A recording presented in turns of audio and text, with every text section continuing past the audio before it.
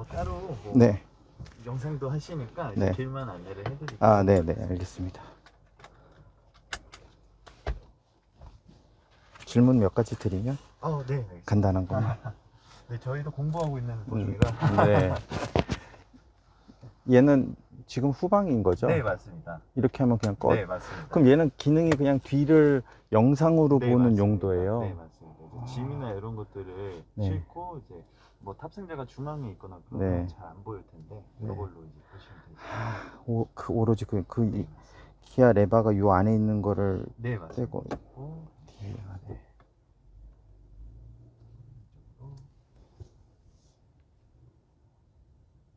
승합 자체로. 네. 핸들 예쁘다.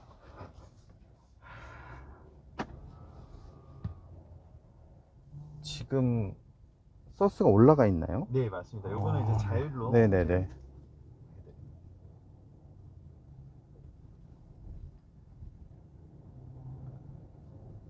여기서 좌회전. 네.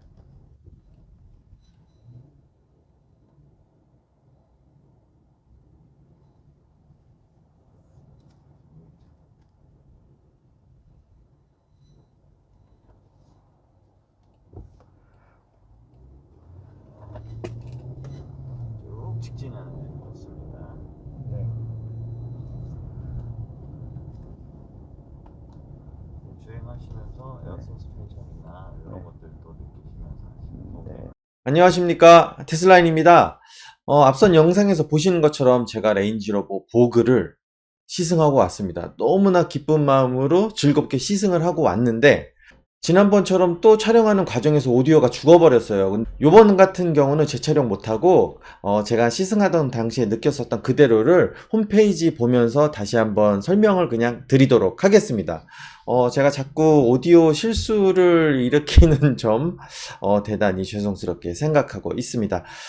홈페이지 한번 들어가셔서 제가 레인지로버라든지 뭐 비교할 만한 것들이 좀 있으니까 같이 한번 설명을 좀 드리도록 하겠습니다. 랜드로버사의 공식 홈페이지에 들어오면 이렇게 엘리자베스 여왕의 그 서거를 추모하는 이런 추모글들이 이렇게 나와 있어요. 아무래도 영국의 전통 브랜드다 보니까 이런 모습을 보여주는 거는 굉장히 제가 사이트를 열었을 때 조금 좀 감동인데 약간 이런 생각이 들더라고요. 그래서 같은 영국 브랜드의 다른 회사의 사이트는 어떤지 한번 그래서 벤틀리 사이트를 들어가 봤더니 뭐 그런 게 전혀 없어요.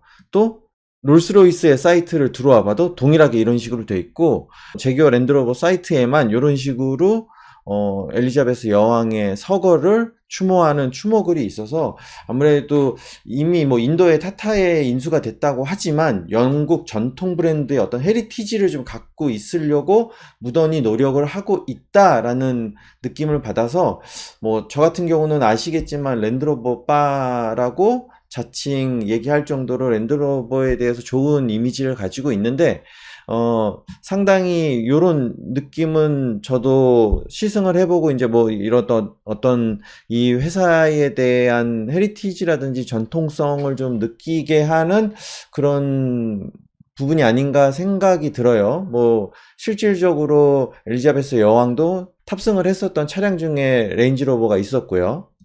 제가 이번에 시승한 모델은 이 레인지로버 신형 보그 모델이었어요. 이 5세대 보그를 시승을 해봤고 제가 시승한 모델은 롱휠 베이스 모델이어서 제가 기존에 타고 있었던 4세대 레인지로버 롱휠 베이스하고 동일한 차량을 시승을 했어요.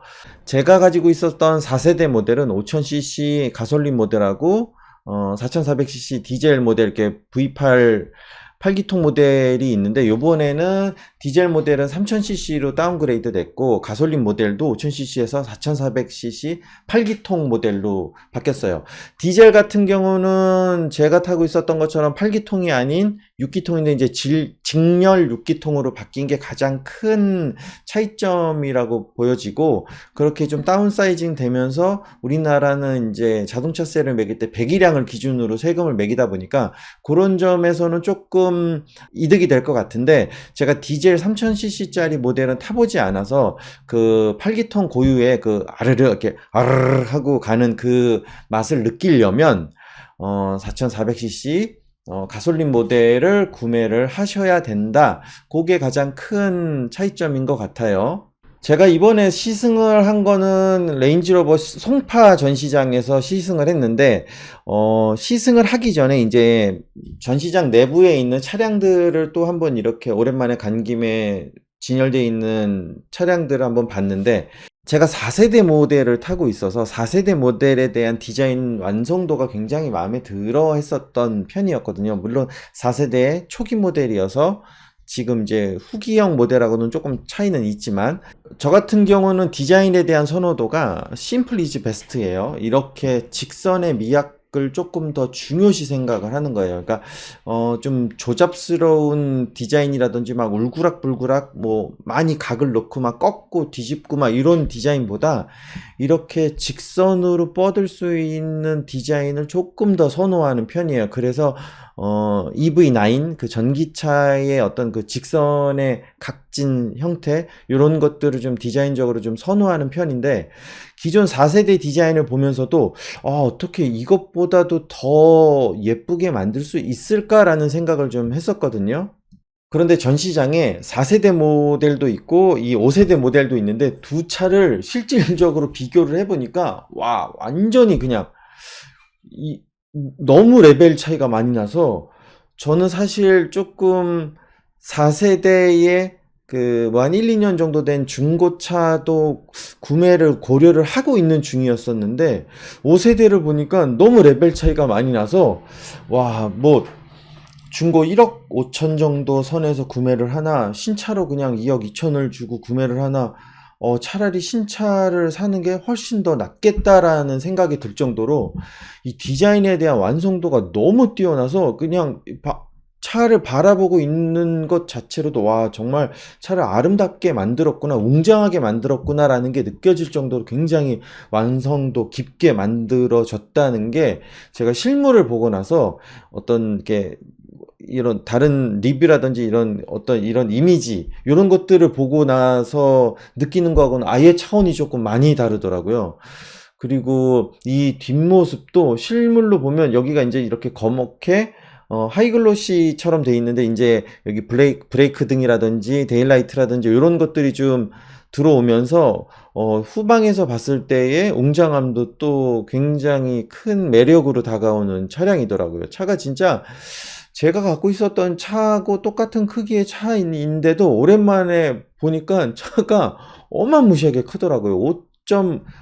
5.5252거든요. 그러니까 길이가 5m 20cm가 조금 넘는 크기인데 실물로 보니까 와, 정말 크더라고요. 그래서 꼭 전동식 사이드 스텝이 없으면 얘는 좀 승하차 하기가 불편할 정도로 좀 차고가 높다 보니까 이면 열어지는 방식이에요. 그리고 제가 말씀드린 이 사이드 스텝은, 기존의 사이드 스텝이 보통은 차체 면에 붙어 있는 방식의 사이드 스텝이 많단 말이에요.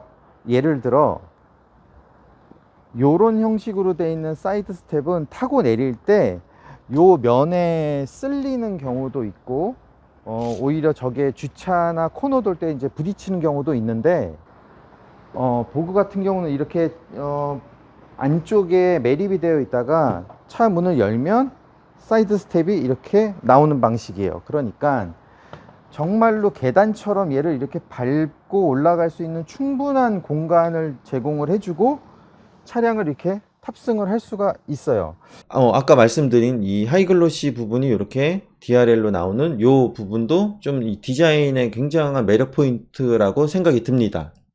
전체적인 외관을 보면 해당 모델은 숏바디 모델의 이미지인 것 같아요. 그래서 뒷유리 창을 보면 정사각형의 느낌을 가지고 있는데, 이게 롱휠 베이스 모델은 직사각형으로 이렇게 좀 길게 뻗어 있는 느낌이 확연하게 차이가 나요. 실질적으로 탑승을 해서 보면 레그룸의 간격도 굉장히 광활하게 넓기 때문에 다리를 쭉 펴고 누워있는 자세도 가능할 정도로 굉장히 길게 뻗어지는 게 제가 선호하는 롱힐 베이스, 그러니까 2열 시트 공간 활용을 잘할 수 있는 모델의 정석을 보여주고 있다고 보시면 돼요.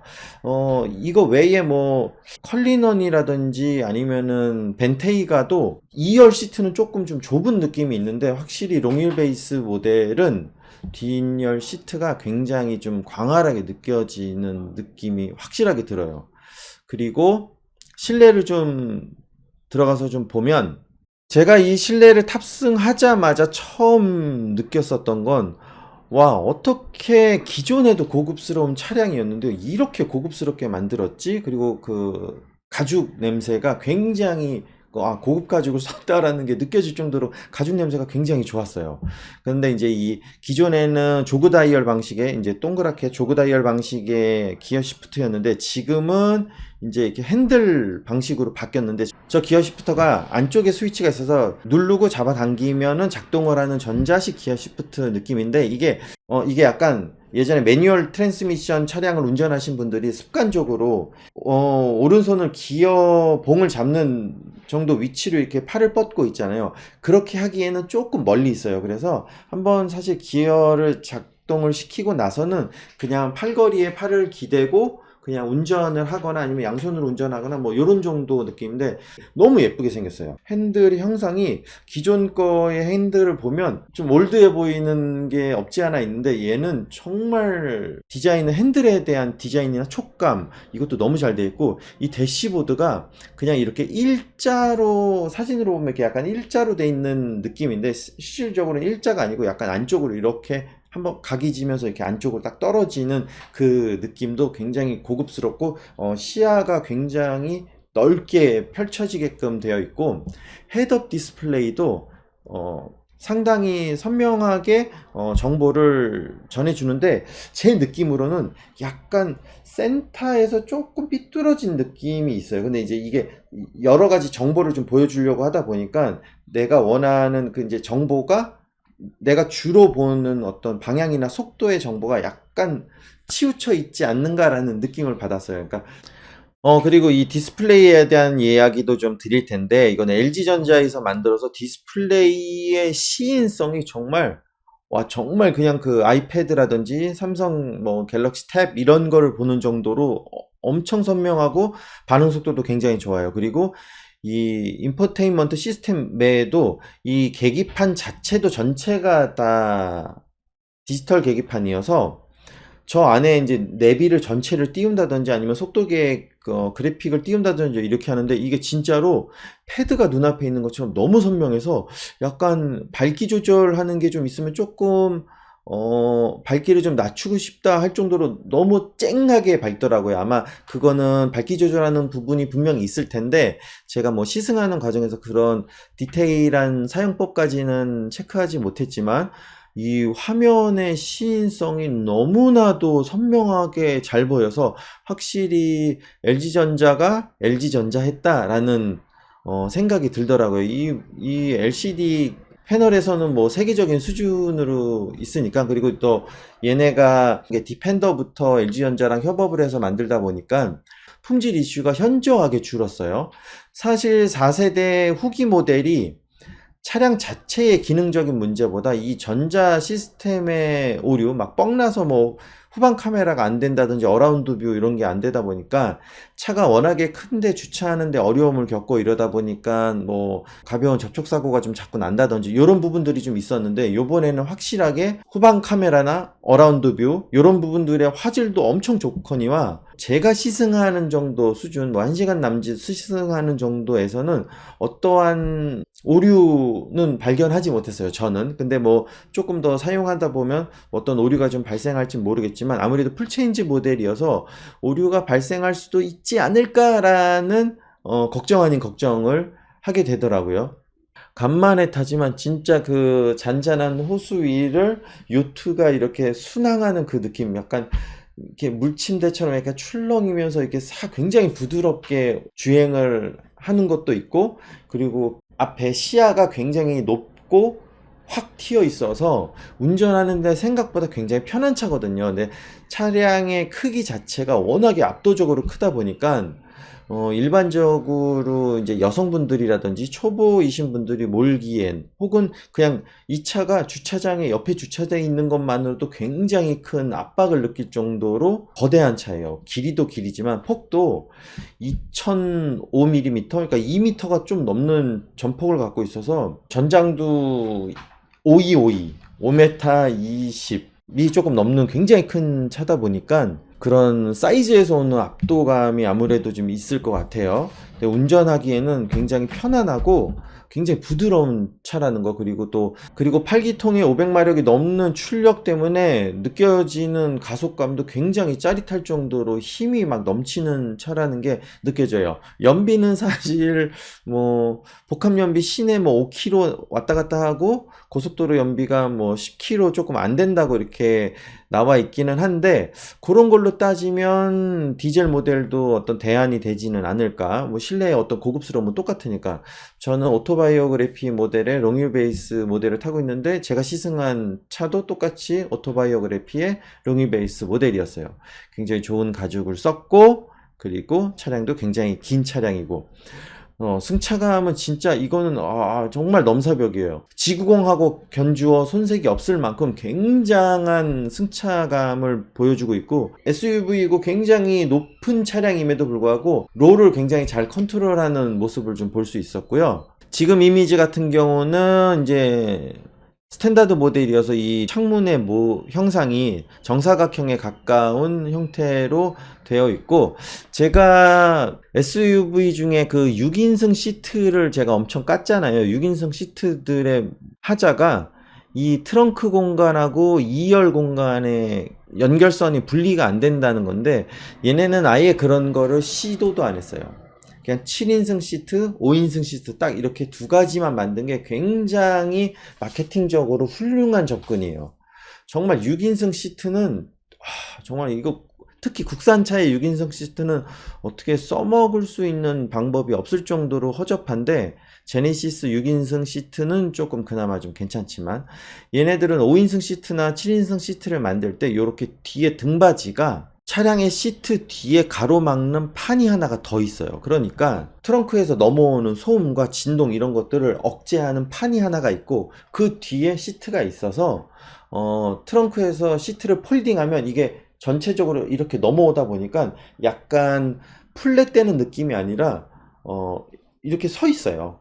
근데 제가 보그 탈 때도 차박을 할 때, 차박을 하시는 분들 중에 이제 되게 조금 하수이신 분들이 2열 시트 공간이 이렇게 올라와 있는 걸 뭐 속을 깎는다든지 아니면 폴드 앤 다이브 해가지고 뭔가를 이렇게 옵션이나 이 힌지를 교환을 해서 이걸 플랫을 만들려고 하는데, 전혀 그러실 필요가 없어요. 그 트렁크 공간 쪽에다가 등을 눕히고 다리를 약간 이렇게 릴렉스 체어 앉듯이 다리를 조금 높게 가지고 누우면 굉장히 편안한 자세로 차박을 하실 수 있는데, 굳이 2열 시트 쪽으로 누워서 트렁크 쪽으로 다리를 뻗으려고 눕다 보니까 자꾸 뭐 플랫이 되느냐 풀플랫이 되느냐 이런 걸로 이렇게 좀 고민을 많이 하시고, 그거에 관련된 뭐 옵션을 투자한다든지 이렇게 하는데 전혀 그러실 필요가 없고요. 트렁크 쪽에다가 등을 대고 2열 시트 쪽 차량의 앞쪽으로 다리를 뻗으시면 굳이 평탄화 작업을 하지 않아도 차박을 하는데 굉장히 편안하게 하실 수 있어요. 이 차량도 같은 형식으로 굳이 이 어떤 시트를 굳이 이제 보그에서 차박을 하고 싶다라고 하면 그런 식으로 좀 활용을 해보시는 걸 추천드립니다.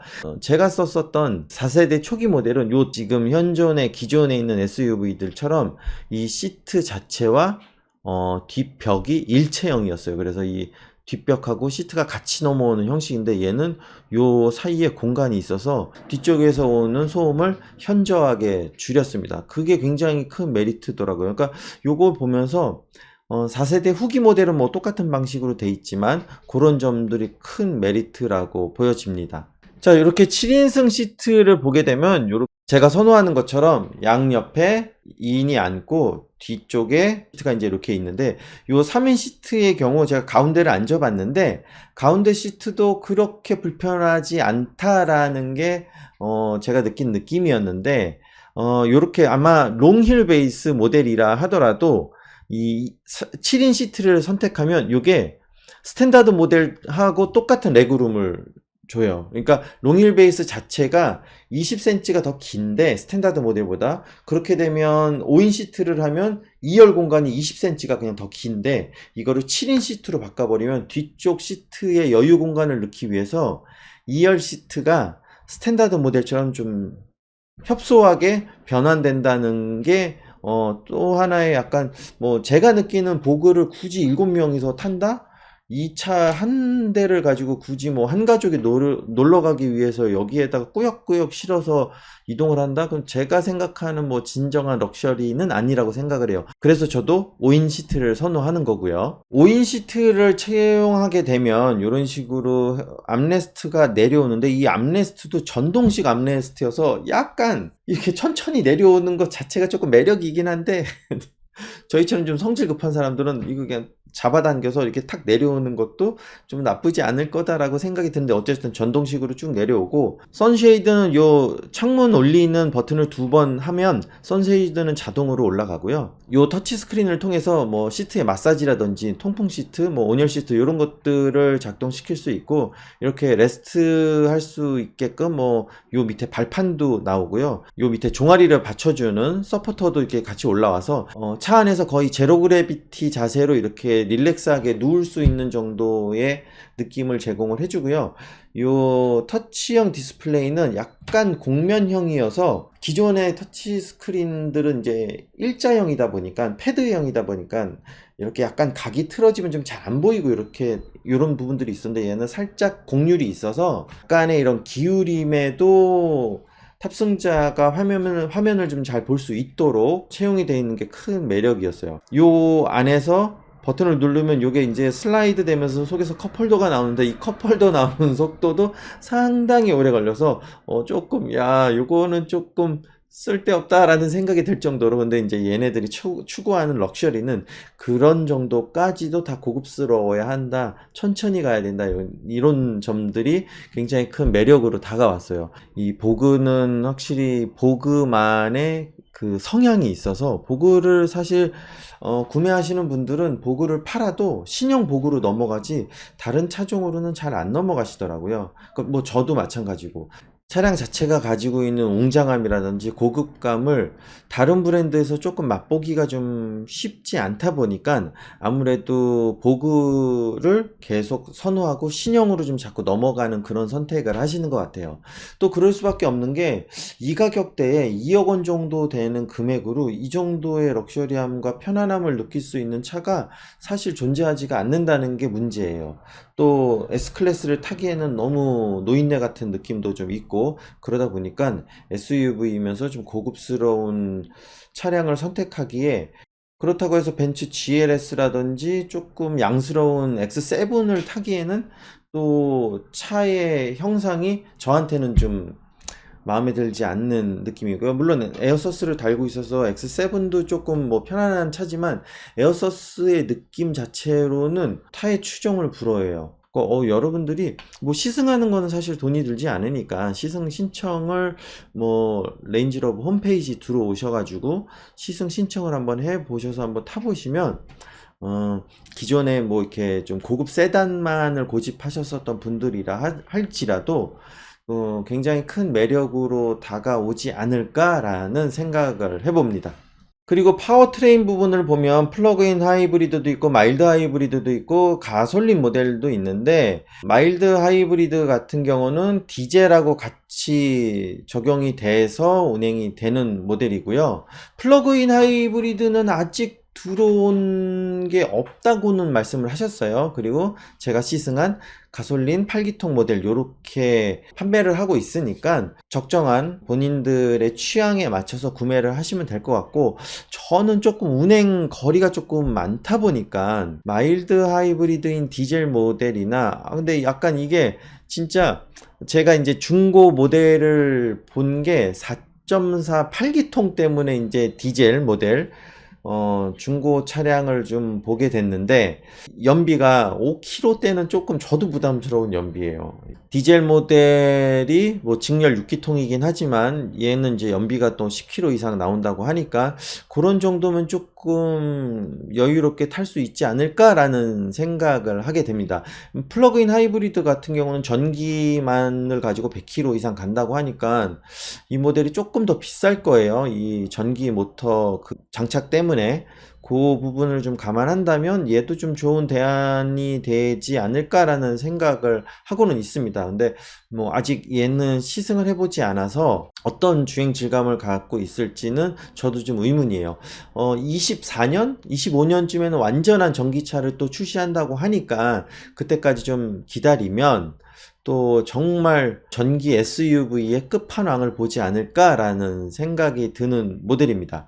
그리고 신형 레인지로버 보그 같은 경우는 올휠 스티어링이에요. 그러니까 네 바퀴가 다 조향이 되는 조향 방식을 많이 채택하고 있죠. 요즘 같은 경우는 우리나라의 뭐 G90도 마찬가지지만 이 5m 20짜리의 차량이 유턴을 제가 이제 왕복 6차로 편도 3차로 도로에서 이제 유턴을 해봤는데 2차선 반 정도 좀 짧게 핸들을 돌고 시작을 하면 한 두 칸을 조금 넘어가는, 그러니까 예전에 제가 타던 모델은 3칸 정도 되면은 이제 한 번에 못 돌고 약간 한 번 후진했다가 다시 가야 되는 그런 느낌으로 기억을 하고 있는데 얘는 편도 3차선 도로인데도 이렇게 한 번에 유턴이 가능하더라고요. 그래서 굉장히 뒤가 좀 잘 따라오는, 기민하게 따라오는 느낌이었어요.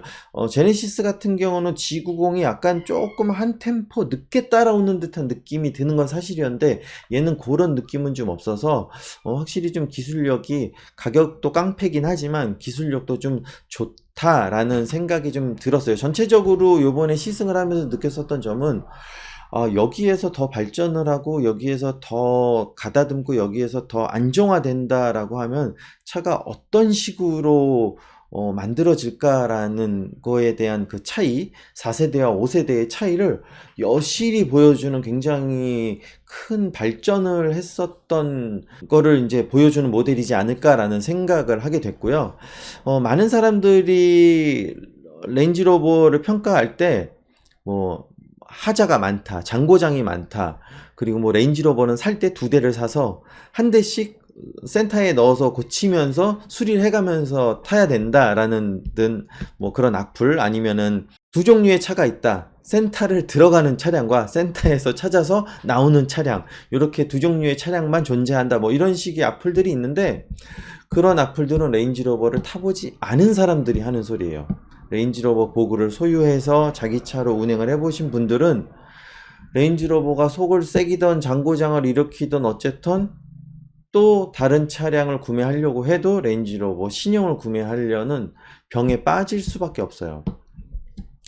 제가 처음에 초창기에 레인지로버 보그 타다가 K7으로 회사차를 이제 타기 시작했을 때 정말 온몸을 두드러 맞은 것처럼 차량을 운행하면서 느껴지는 그 주행 피로가 굉장히 심했었는데 이번에 다시 이제 레인지로버를 타면서 이 느낌이었지, 이 느낌으로 내가 차를 타고 다녔어 가지고 이거 외에 다른 차량을 타면 운전할 때 굉장한 주행 피로를 느꼈었지 라는 생각이 드는 그 느낌을 다시 한번 받았어요.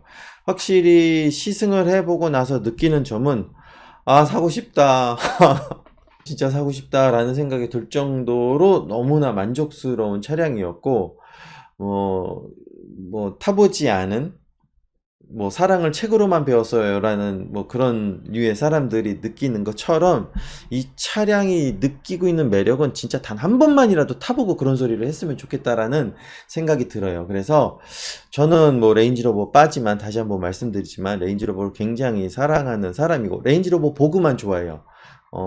디펜더는 제가 경험을 해보지 못해서 모르겠고 디스커버리 4는 소유하고 있었어서 디스커버리 4 굉장히 좋아하고, 그 이외에 나머지의 뭐 레인지로버 스포츠라든지 이보크 뭐 이런 벨라 이런 차들은 저는 별로 제 취향은 아니어서 같은 레인지로버 안에 속해 있는 럭셔리 브랜드, 그러니까 뭐 쉽게 얘기하면 제네시스 브랜드라고 볼 수 있죠. 이쪽은 뭐 현대라고 볼 수 있고, 이런 레인지로버 같은 브랜드 안에 있는 차량이라고 해도 레인지로버 스포츠라든지 벨라, 이보크는 저는 요 취향은 아니라서 얘네들은 뭐 언급하지는 않겠습니다. 뭐 이것도 제가 다음에 시승을 해보면 어떤 느낌이 있는지 한번 또 차이는 볼 수는 있겠죠.